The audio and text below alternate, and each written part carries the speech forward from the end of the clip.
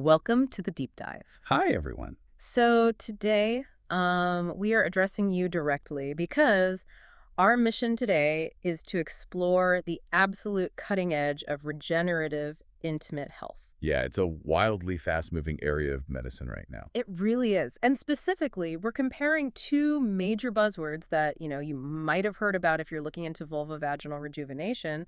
We're talking about polynucleotides and exosomes. Right, the two big heavyweights in the conversation right now. Exactly. And just to set the stage for you, the sources we're pulling from for this deep dive are just, well, they're a wild mix. They really run the gamut, don't they? Oh, totally. Like on one hand, we've got these super glossy, high-end clinic brochures for treatments like Nugent and Exo Female. The marketing material, basically. Yeah, exactly. But then on the exact same topic, we're looking at these incredibly serious, severe regulatory warnings from the FDA in the US and the MHRA in the UK. Which is quite the contrast. It's jarring. Yeah. And to top it off, we have this genuinely shocking investigative journalism report from 5 News.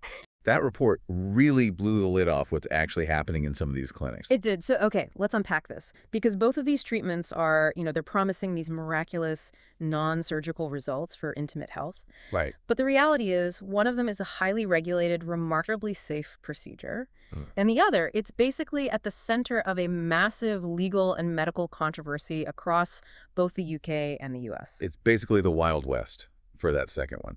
But before we get into the wild stuff, I think we need to establish why these treatments even exist. Yeah, what's driving the demand for this? Well, for a vast number of women, the natural processes of aging or the physical trauma of childbirth and especially menopause, it leads to something called Genitourinary Syndrome of Menopause, or GSM. Right, GSM, which is not just a minor inconvenience. Vital. As estrogen levels naturally drop, the vaginal tissue fundamentally changes. It starts to thin out.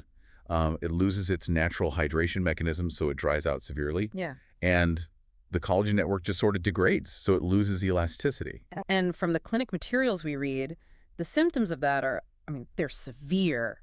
Irritation, chronic itching, and something called dyspareunia. Yeah, dyspareunia, which is the clinical term for painful intercourse. Right. And in the context of GSM, that pain can become completely debilitating. It can really affect your overall quality of life. So traditionally, the solutions for this were what, hormone replacement therapy? Exactly, HRT. Try to systemically replace the lost estrogen. Which, works for a lot of people, but not everyone can or wants to take hormones. Right, especially if there's a history of certain cancers. So the other traditional option is energy-based devices, like transvaginal CO2 or erbium YAG lasers. And honestly, if you're listening to this and the idea of a laser down there sounds intimidating. It is intimidating. Right, because what those lasers are actually doing is they're using focused heat to basically cause controlled thermal damage. They're creating tiny burns in the tissue. Exactly. The logic is that the body senses this trauma, panics, and rushes in to heal the burns by making new collagen. It's like tricking the tissue into healing. But that brings us to the new wave. Because instead of using lasers to trick the tissue by causing damage, this new wave of regenerative injectables is, well, it's like directly handing the tissue a biological instruction manual. I like that. Yeah, just saying, hey, here are the instructions to repair yourself. No burns required. If we connect this to the bigger picture, both of the treatments we're looking at today, polynucleotides and exosomes, they share that exact same goal. Right. They both want to achieve neocollagenesis, so making new collagen, and angiogenesis, which is making new blood vessels. Getting that blood flow back. Exactly, without surgery, without hormones, and without thermal trauma. But how they actually do it, completely different. Completely. So let's start with the safe one, polynucleotides. In the brochures, you see this under brand names like Nugent or Plinus, and they describe it as highly purified DNA fragments, which sounds very sci-fi until you read where it comes from. The sourcing is usually what surprises people. Surprises? Wait, so women are having fish sperm DNA injected into their most intimate areas? How is that a good idea? It sounds totally bizarre, I know. They use salmon or trout sperm cells, but the biochemistry is actually brilliant. Okay, sell me on the fish DNA. Well, first, it doesn't change your human genetic code. The reason your body doesn't just immediately launch a massive immune attack against this fish material is because of the intense purification. Right, because usually foreign DNA would trigger an allergic reaction, right? Exactly, but what actually triggers those reactions are the proteins and the lipids attached to the cells. The manufacturing process for these polynucleotides strips all of that away. All the proteins, all the cellular debris, it's gone. So it's basically just raw, naked biological building Yeah. blocks. Highly purified DNA fragments that are incredibly biocompatible with humans. And when they get injected, they act as biostimulators. Meaning they stimulate the cells. Exactly. Specifically the fibroblasts. Those are the worker cells in your body that make collagen and elastin. The polynucleotides basically wake up those dormant fibroblasts and put them back to work. Okay, that covers the long-term collagen building. But the Nugent brochure specifically highlights a triple action formula. Right, because building collagen takes time. Yeah, so they combine the polynucleotides with hyaluronic acid and mannitol. Which is a very elegant solution. Hyaluronic acid is a massive water-binding molecule. It acts like a sponge, pulling moisture into the tissue for instant relief from that severe dryness. But the body breaks down hyaluronic acid pretty fast on its own, doesn't it? It does, using an enzyme. And that is exactly where the mannitol comes in. Mannitol is a water-binding agent and an antioxidant, and it basically acts as a bodyguard for the hyaluronic acid. Oh, wow. Yeah, slows down that breakdown process, which prolongs the hydrating effect significantly. So you get the instant moisture from the acid, the longevity from the mannitol, and the long-term repair from the fish DNA. Exactly. And the results are very tangible. Reduced dryness, less pain during sex, improved elasticity. And because it's just raw biological scaffolding, the side effects listed are super mild. Temporary redness, maybe some swelling or bruising from the needle itself. Right, the safety profile is incredibly robust. It's legal, it's regulated.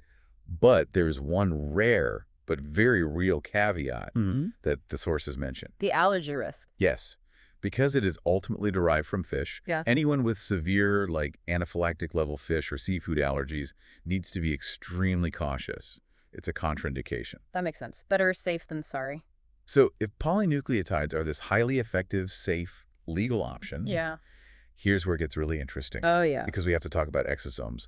And if polynucleotides are like dropping off a pile of premium bricks at a construction site so the body can rebuild, exosomes were like dropping off the architects and foremen to yell instructions at the cells. That is the perfect way to describe it, because exosomes are on an entirely different level mechanically. But they aren't cells, right? The literature is very specific about that. Correct.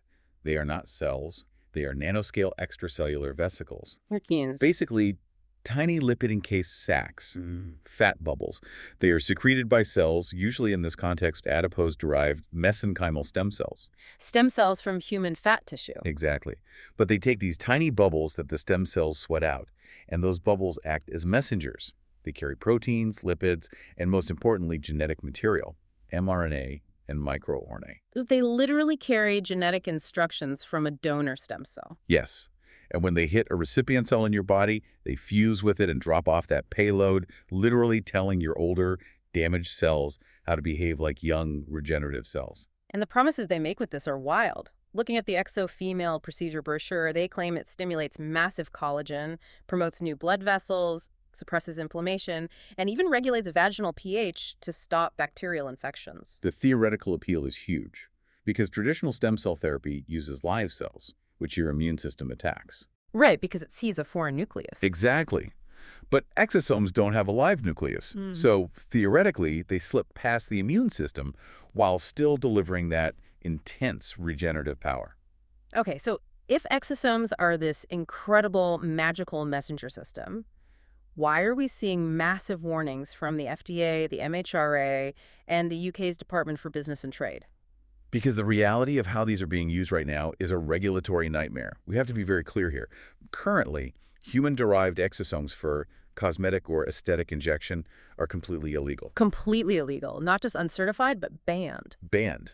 In the UK and the US, they are classified as unapproved biological products.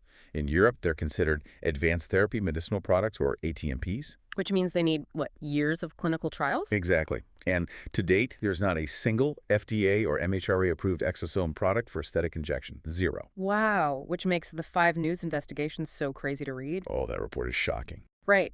These investigators called 50 clinics across the UK, and of the 40 that actually responded, almost a quarter of them openly admitted over the phone to illegally injecting human stem cell-derived exosomes. Just openly admitting to breaking the law. How is that even happening? Why would high-end clinics risk their licenses for this? This raises an important question about how the aesthetics industry operates. They are exploiting what we can call a topical loophole. Okay, what is that?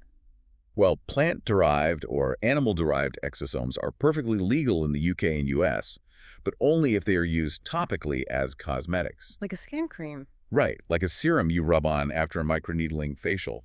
Because it just sits on the skin, it's regulated like a moisturizer. But that's not what these clinics are doing. No, they're illegally buying human-derived exosomes, loading them into syringes, injecting them deep into the intimate tissue. But surely the doctors know they're buying something illegal. Well, the sales reps for these manufacturers are very sneaky. They'll falsely claim the product is FDA registered or FDA compliant. Which sounds It sounds official to a busy practitioner. But FDA facility registration just means the FDA knows your factory exists. It absolutely does not equal product approval for injection. So they're basically being tricked by marketing jargon. But let's talk about the danger here. Why are regulators so terrified of these little messenger bubbles? Because the risks are severe. When you are injecting unapproved human biologics that haven't gone through pharmaceutical-grade sterile testing, you risk massive microbial contamination. Disease transmission. Exactly. Disease transmission and endotoxin risks. Endotoxins are bacterial components that can cause a massive, sudden immune crash. And this isn't just a theoretical fear. The FDA actually had to issue a formal safety notification because of this. Yes, the Nebraska cluster. Right. Patients in Nebraska experience severe, life-threatening adverse events like serious infections right after getting these unapproved exosome injections. It's terrifying, and that's just the immediate infection risk. The bigger, scarier unknown is the genetic aspect. The mRNA. Exactly. Yeah. You are injecting donor genetic code into your cells. We have totally unknown long-term consequences for that. Could it trigger uncontrolled cell growth, tumors, autoimmune flare-ups? We just don't know. It's basically running an unregulated clinical trial on paying patients. That's exactly what it is. So what does this all mean for you? If you are listening to this and you are dealing with the very real pain of tissue aging and looking into intimate rejuvenation, the sources make the landscape very clear. Very clear. It's a tale of two treatments. Right. Polynucleotides, like Nugent, are a safe, legal, and highly effective biostimulator. It's rooted in purified fish DNA, and it provides real, tangible relief for dryness and aging. Well, exosomes are this incredibly promising frontier of science, but right now, human-derived injectable exosomes are the Wild West. They really are. Illegal, unapproved, and carrying these massive, hidden dangers that these clinics are just not warning patients about. It's just not worth the risk when safe alternatives exist. Absolutely. Well, thank you all for joining us on this deep dive. It's wild to see how receptive our bodies are to these cellular instructions from the outside, whether that's fish DNA or donor exosomes. Truly fascinating science. But, it makes you wonder, as science advances, instead of risking these illegal donor injections, could we eventually figure out how to hack our own existing stem cells? Oh, that's an interesting thought. Right. Just prompting our own bodies to release a localized flood of our own youthful exosomes exactly when and where we need them. Something to think about. Until next time.